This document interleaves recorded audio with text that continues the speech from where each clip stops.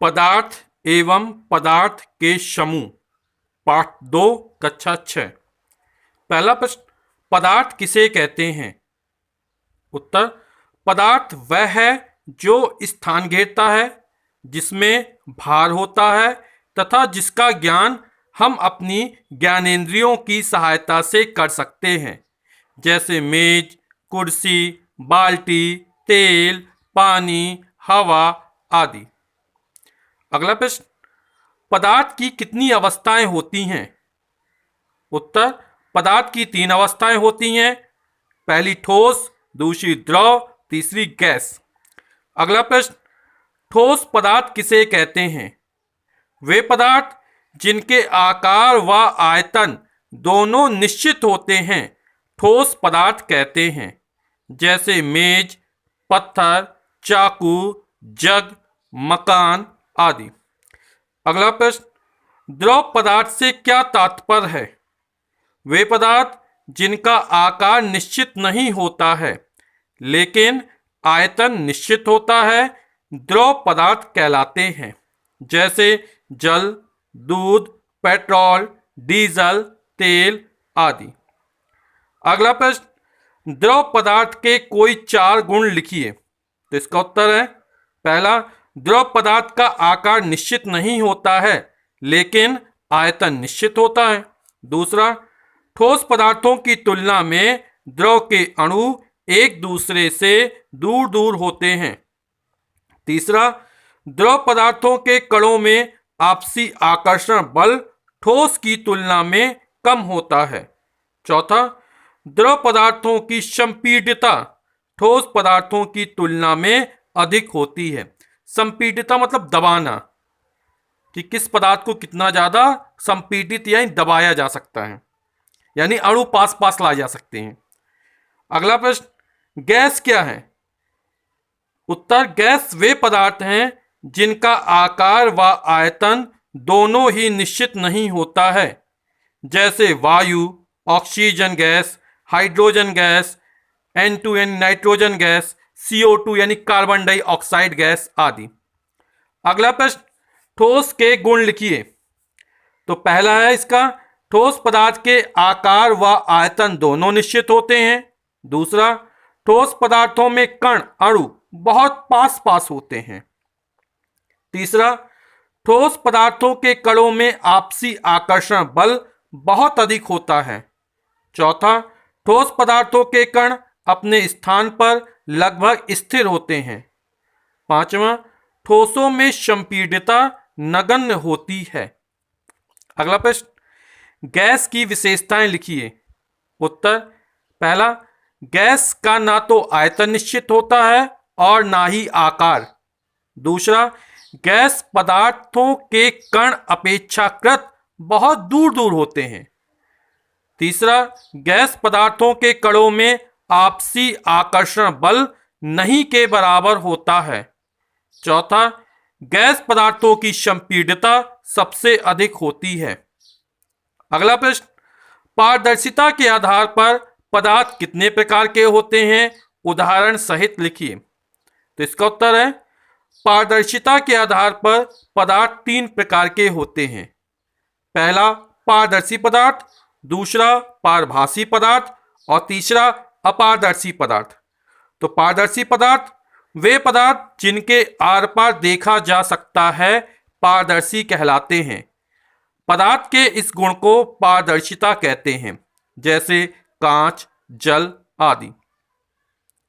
पारभासी वे पदार्थ जिनके द्वारा धुंधला या आंशिक रूप से आर पार देखा जा सकता है, वे पारभासी कहलाते हैं, जैसे तेल लगा कागज, घिसा हुआ कांच आदि। फिर अपारदर्शी वे पदार्थ जिनके आर पार प्रकाश नहीं देखा जा सकता है, अपारदर्शी कहलाते हैं, जैसे लकड़ी, कागज आदि। अगला प्रश्न, विलेय पदार्थ किसे कहते हैं? उत्तर, किसी द्रव में घुलने वाले पदार्थों को घुलनशील या विलेय पदार्थ कहते हैं। जैसे शक्कर पानी में घुल जाती है तब शक्कर विलेय पदार्थ है। अगला प्रश्न, अविलेय पदार्थ किसे कहते हैं? उत्तर, किसी द्रव जैसे पानी में न घुलने वाले पदार्थ को अघुलनशील या अविलेय पदार्थ कहते हैं। अगला, किसी पदार्थ के निर्माण की मौलिक इकाई क्या होती है? उत्तर, परमाणु। अगला प्रश्न, परमाणु किसे कहते हैं? उत्तर, किसी पदार्थ का वह सूक्ष्मतम कण जो स्वतंत्र अवस्था में नहीं रह सकता परंतु रासायनिक अपक्रियाओं में भाग लेता है, परमाणु कहते हैं। अगला प्रश्न, परमाणु के अवयवी कणों के नाम लिखिए। उत्तर, इलेक्ट्रॉन, प्रोटॉन, न्यूट्रॉन। अगला प्रश्न, अणु किसे कहते हैं? उत्तर, परमाणुओं से मिलकर अणुओं का निर्माण होता है, अक्रिय गैसों को छोड़कर, क्योंकि अक्रिय गैसें किसी से भी क्रिया नहीं करती हैं। ये स्वतंत्र अवस्था में रह सकते हैं लेकिन रासायनिक अपक्रिया में भाग नहीं लेते हैं। अगला प्रश्न, चुंबकीय तथा अचुंबकीय पदार्थ से आप क्या समझते हो? उत्तर, चुंबक जिन पदार्थों को चिपका लेता है अर्थात अपनी ओर आकर्षित करता है वे चुंबकीय पदार्थ कहलाते हैं तथा जिन पदार्थों को आकर्षित नहीं करता है वे अचुंबकीय पदार्थ कहलाते हैं। अगला प्रश्न, 3 चुंबकीय पदार्थों के नाम लिखिए। उत्तर, लोहा, निकेल और कोबाल्ट। अगला प्रश्न, पदार्थों के वर्गीकरण से क्या तात्पर्य है? उत्तर, पदार्थों को उनके सामान्य लक्षणों के आधार पर अलग अलग समूहों में व्यवस्थित करने की क्रिया को वर्गीकरण कहते हैं। अगला प्रश्न, पदार्थों का वर्गीकरण किस आधार पर किया जा सकता है? उत्तर, पदार्थों का वर्गीकरण उसके आकार, बनावट, विलेयता, पारदर्शिता, कठोरता, चुंबकत्व आदि के आधार पर किया जा सकता है। अगला, क्या कारण है कि द्रव पदार्थों की आकृति निश्चित नहीं होती है? उत्तर, द्रव के अणु दूर दूर स्थित होते हैं तथा इनके अणुओं के बीच आकर्षण बल कम होता है। इस कारण से द्रव पदार्थों की आकृति निश्चित नहीं होती है। अगला प्रश्न, एक प्रयोग बताएं जिससे स्पष्ट होता है कि पदार्थ स्थान घेरता है। उत्तर, एक गुब्बारा लेकर उसमें फूंक मारकर हवा भरते हैं। हवा के भरने पर गुब्बारा फूलने लगता है अर्थात स्थान घेरने लगता है। इससे स्पष्ट होता है कि पदार्थ स्थान घेरता है। अगला प्रश्न, किसी पदार्थ को ठोस अवस्था से द्रव अवस्था तथा द्रव अवस्था से ठोस अवस्था में कैसे बदला जा सकता है?